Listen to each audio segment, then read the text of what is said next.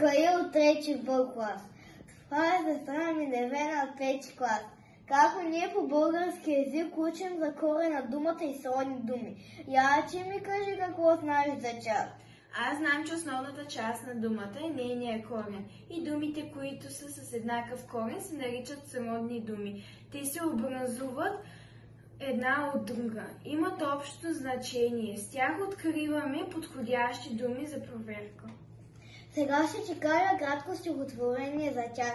Сродни думи. Зубри вкъщи миладин, гумен край гуми, тук корена е един. А в час изрича сродни думи ли добре, леля, вуйчо, дядо, чичо, занарежда без да спре, изброява той погрешно дядовци и синове, но не беше никак смешно, че получи в края 2. Ученик, учебник учи, тук е коренът един, ала как така се случи, късно го научи Миладин. А вие знаете ли кои от думите са сродни?